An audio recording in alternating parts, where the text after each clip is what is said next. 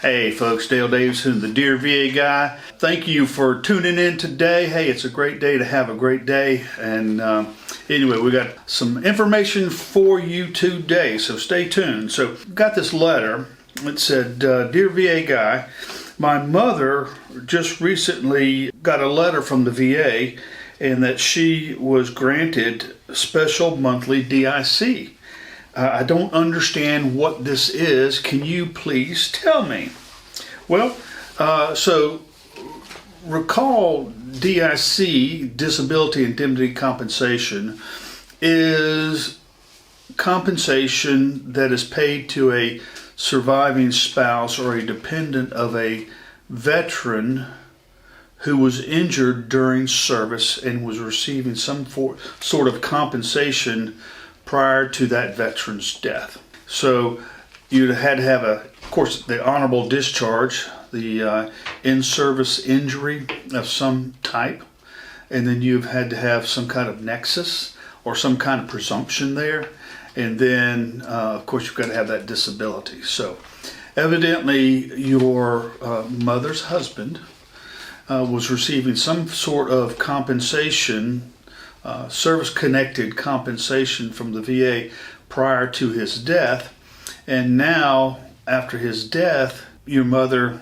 was very smart that she went ahead and filed for the DIC, Disability Indemnity Compensation, as a surviving spouse. Now, the special monthly part is a whole different story. So the special monthly is usually aid in attendance, some kind of aid in attendance, maybe a homebound, added on to the disability indemnity comp, the DIC. So, for instance, if your mother had difficulties needing assistance with her activities of daily living, eating, preparing meals, bathing, personal hygiene, transportation to and from medical, financial management, whatever it may have been, and depending on her income and her other assets, she would qualify for this additional benefit.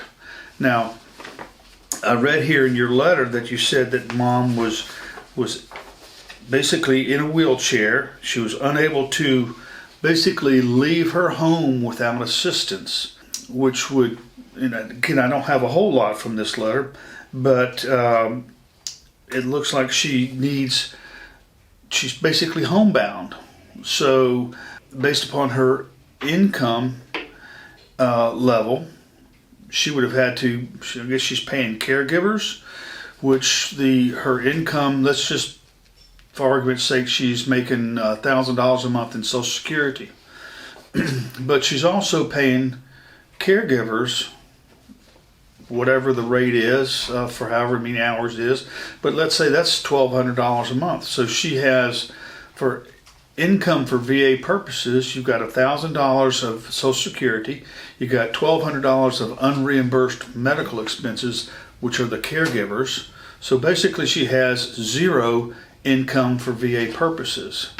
So she would qualify for the additional benefit based upon her income and her activities of daily living, needing those. Let's look at her assets. Did her assets exceed $150,000? Not including her house. Okay, but remember, the house plus 2 acres. If there's any more than 2 acres, then you have to get the value of those additional acres in determining what the net worth is. So, based upon everything you're telling me here, your mom was very, very smart, and that she applied for the DIC within the year after her husband passed, because there's a 12-month rule, remember that.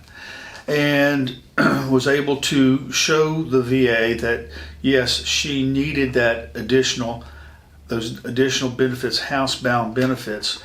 As a general rule, aid and attendance is about $1,400 a month, and you said she's getting about $1,700 a month in total benefit. So it looks like there's probably a $300 to $400 DIC benefit in there, and the balance of that is going to be aid and attendance. So I hope that answered your question. Thank you so much for writing in. Hey folks, thank you for tuning in. Hey, check out this video on DIC that we did a couple of months ago. It's going to explain a little bit more as far as DIC and the timing of when you have to apply. So until next time, be blessed.